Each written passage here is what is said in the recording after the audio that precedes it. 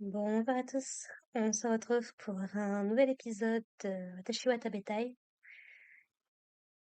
Et ça faisait longtemps que cet animé m'avait pas fait pleurer. J'ai quoi, deuxième épisode, quelque chose comme ça. Mais ça touche à des sujets qui me sont assez personnels. C'est enfin l'heure des révélations. Alors on n'a pas encore toutes les informations, mais on a suffisamment d'éléments pour à peu près cerner ce qui s'est passé. Donc, suite aux événements des deux derniers épisodes, et surtout à la révélation qu'a obtenue Hinako, Shiori s'est profondément éloignée d'elle. Elle ne veut plus être dans son champ de vision, si on peut dire.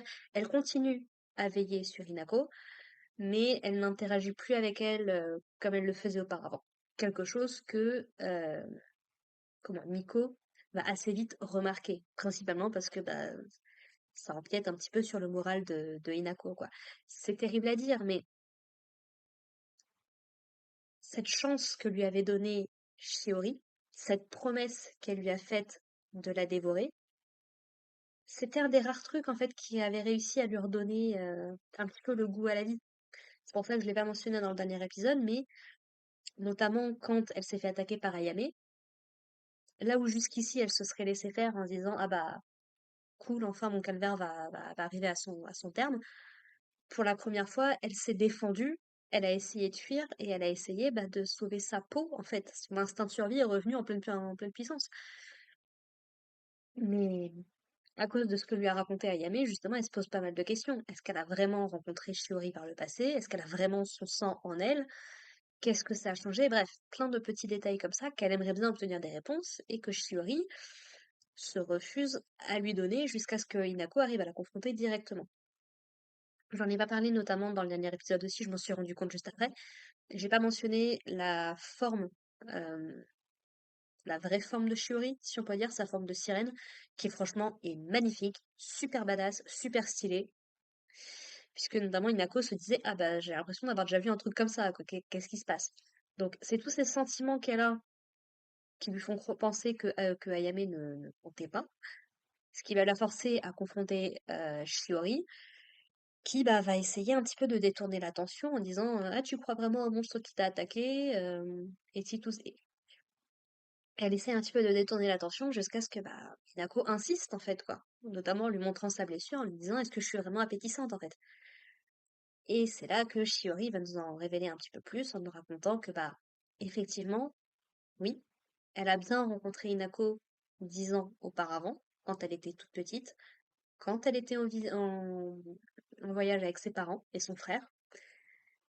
Et que, a priori, elle a offert son sang, elle a donné son sang à Hinako comme une forme de dette, a priori. Voilà, elle avait un service à lui rendre, on va dire, et donc elle s'en est débarrassée comme ça. On a plein de petites images d'Hinako toute petite, donc il y a le côté enfant qui rend ça juste adorable, vraiment, mais on n'en sait pas beaucoup plus sur ce qui s'est réellement passé. On sait juste que ça s'est passé, et puis les détails, je suppose, nous arriveront un peu plus tard. Ce qui est à noter par contre, et premier truc qui m'a touché dans cet épisode-là, c'est que Shiori, en donnant son sang à Hinako, lui a aussi donné un espèce de vœu, de prière, de souhait que Hinako grandisse correctement et qu'elle ait une belle vie. Et comme le hasard a parfois un sens de l'humour particulièrement caustique, c'est à ce moment-là qu'ils ont eu leur accident. Et on comprend également que depuis le début, et c'était une hypothèse que j'avais, je me souviens l'avoir formulée dans mes reviews, c'est qu'effectivement, la voix que Hinako a entendue, qui lui a dit qu'il fallait qu'elle survive, et qu'elle a toujours associée à ses parents, à sa mère notamment, et c'était pas ça en fait. C'était l'expression de, du souhait de Shiori en fait. À moins que Shiori il est sorti également des décombres, mais ça, on n'a pas encore exactement trop de détails. Ce qui s'est passé également, c'est que normalement, elle aurait dû mettre des années avant d'assimiler le sang de Shiori. Sauf que bah, le fait qu'elle ait été très gravement blessée lors de cet accident a un petit peu activé ce sang qui s'est manifesté bah, beaucoup plus vite que ce qu'il aurait dû faire en fait. Et avec du recul, c'est probablement ça du coup qui a empêché Inako de mourir, puisque on le mentionne je crois dans l'épisode précédent, mais que c'était un miracle que Inako s'en soit sortie avec les blessures qu'elle avait. Et que du coup, bah ouais, c'est très probablement le sang de Shiori qui a rendu ça possible en fait, quoi. Et là, on va dire que c'est un petit peu tout le monde d'Inako qui s'effondre, encore une fois, pour la troisième fois. Et là, elle se trouve vraiment à un moment de sa vie très très dur, et je sais vraiment pas ce qu'elle va faire dans le prochain épisode.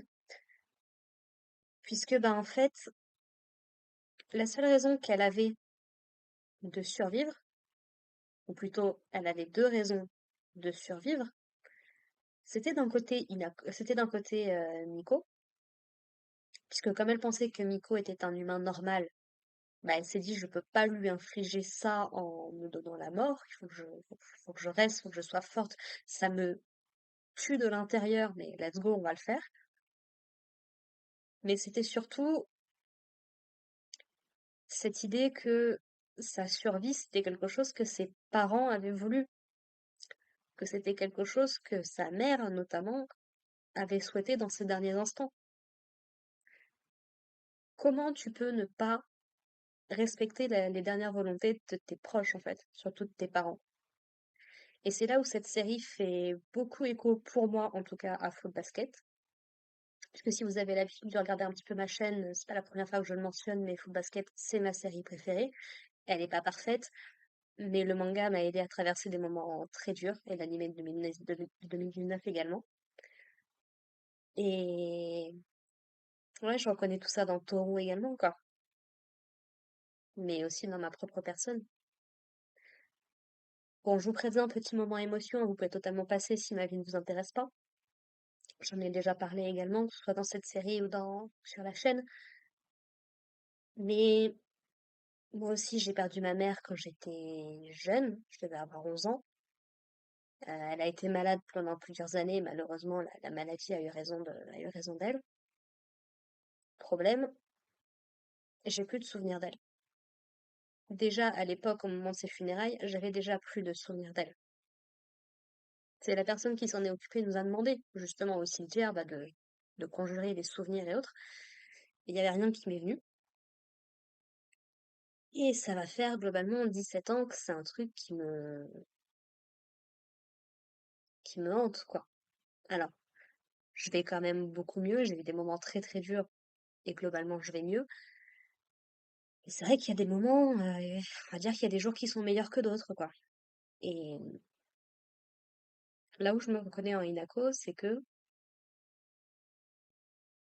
bah pareil, je me dis, ma mère, elle aurait très certainement souhaité que je continue à vivre, même si c'était très difficile. C'est, je pense que c'est pas pour rien qu'elle est décédée juste après que mon frère et moi nous soyons partis à l'école, elle est pas à cette époque. Ce qui me tue en fait, c'est que n'ayant plus de souvenirs de ma mère, vu que c'est un sujet bah, qui est devenu un petit peu tabou forcément dans la famille, pour de bonnes ou de mauvaises raisons d'ailleurs, principalement en tout cas pour moi parce que bah, à l'époque c'était juste trop dur, je pouvais pas.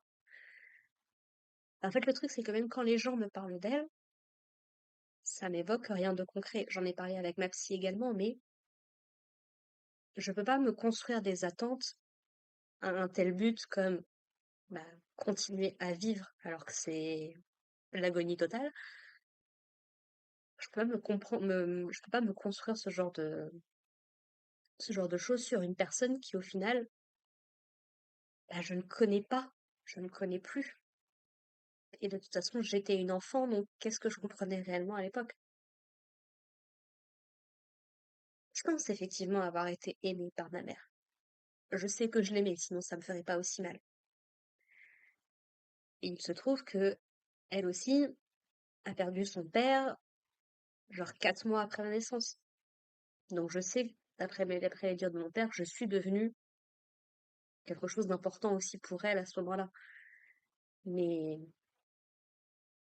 je peux totalement comprendre ce qu'est en train de vivre Inako, de se dire, ah mais en fait j'ai continué à survivre, j'ai fait des efforts, je me suis battue, j'ai souffert pour quelque chose qui était même pas vrai en fait.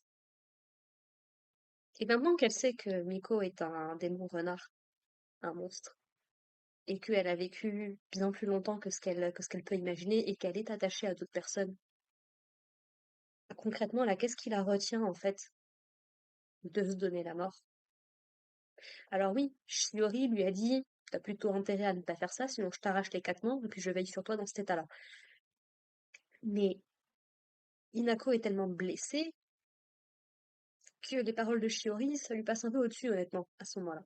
Donc, elle ne répond plus non plus au message de Nico depuis quelques jours.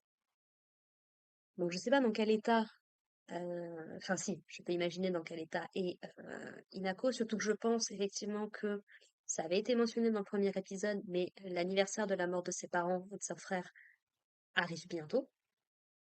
Et je pense que ça va être dur dans ces conditions-là, quoi. Et c'est là où c'est très compliqué, c'est comment tu fais pour sauver quelqu'un qui a pas envie d'être sauvé, en fait. C'est ça qui est terrible avec le suicide et ce genre de choses, c'est comment tu fais pour sauver quelqu'un qui a pas envie d'être sauvé. Et je parle d'expérience à ce niveau-là aussi. C'est compliqué. Donc je sais vraiment pas ce que la série nous réserve sur les 4 derniers épisodes qui restent là. Ouais, il reste 4 épisodes, plus d'1 heure. Je sais vraiment pas où ça va aller. Et je sais honnêtement pas quelle serait la meilleure des fins. Bien évidemment que j'espère que Inako va survivre, va réussir à dépasser son trauma et à aller mieux. Mais en même temps, je peux pas lui dire, je peux pas la forcer à prendre ce choix-là, parce que c'est pas nécessairement ce dont elle a besoin, c'est pas forcément ce qui la rendra plus heureuse. Je suis pas quelqu'un qui établit la vie comme une unité absolue. C'est ouais, la vie, c'est vachement cool. Que les enfants meurent pas avant leurs parents, c'est vachement cool. Que les enfants puissent profiter de leurs parents, c'est vachement cool. Mais personnellement, en tout cas, je pense que une vie passée à souffrir, même avec les meilleures dispositions possibles autour pour aller mieux, c'est pas forcément une vie qui vaut la peine d'être vécue. C'est comme quelqu'un qui est malade, en fait. À quoi ça servirait de le laisser vivre, souffrir, même sous médicaments, si la personne n'est même plus capable de vivre, en fait. Quand ça devient juste de la survie, à quoi bon? On a la chance, en tout cas j'ai la chance, d'avoir grandi dans un monde qui est plutôt pas si mal. Il est loin d'être parfait. Et on a vécu des trucs ces dernières années qui, étant une grande anxieuse de nature, ça va pas en arrangeant non plus. Mais globalement, j'ai eu un toit sur la tête, j'ai eu des parents qui m'ont aimé, j'avais toujours à manger sur ma table, j'ai jamais, j'ai toujours pu être soignée, j'ai pu avoir une bonne éducation. J'ai pas nécessairement de raison de me plaindre, mais ce traumatisme que je me trimballe depuis 17 ans, surtout dans les jours où ça va pas, surtout dans les périodes, comme à l'heure actuelle, on est au mois de janvier quand j'enregistre. Son anniversaire de décès, c'était il y a 2 mois, il y a eu Noël, il y a eu plein de trucs. Il y a des jours où c'est vraiment difficile, quoi. De se convaincre que, bah, faut continuer à avancer, faut continuer à se battre, quoi. Un jour, ça ira mieux. Ah, j'ai pas de doute là-dessus, hein, mais des fois, on est juste tellement fatigué que on n'a pas envie, quoi. Donc bon, ouais, j'espère vraiment que la situation de Hinako va s'améliorer. À ce stade-là, honnêtement, je sais pas comment. Et puis on apprend un petit peu plus sur le passé de Shiori aussi, qui nous explique que bah en tant que monstre, en fait, elle n'arrive pas à établir de connexion particulière avec les humains. Pour elle, animaux, humains, c'est la même chose, c'est que des sacs de chair dont elle peut se nourrir, quoi. Chose que, de son côté, Miko a réussi à dépasser et a réussi à s'attacher tout particulièrement aux humains, alors qu'à la base, c'était pas du tout son truc, quoi. Et l'épisode se termine sur ce qui a l'air de nous amener sur un flashback d'une époque lointaine où Shiori vivait auprès des humains, d'une certaine façon, et où elle a rencontré une petite fille comme Inako qui était pas particulièrement appétissante.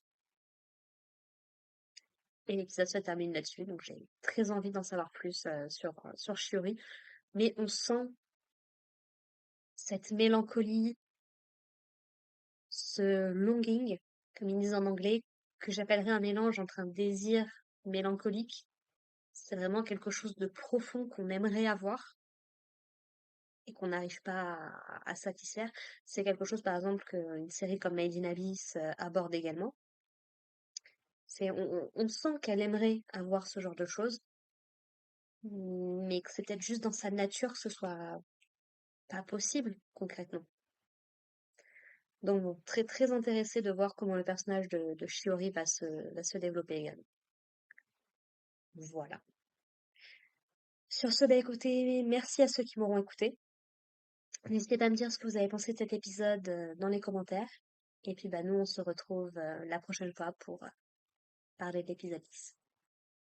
Voilà. Portez-vous bien les gens. Prenez soin de vous. Prenez soin de vos proches et puis à la prochaine. Allez, bye les gens.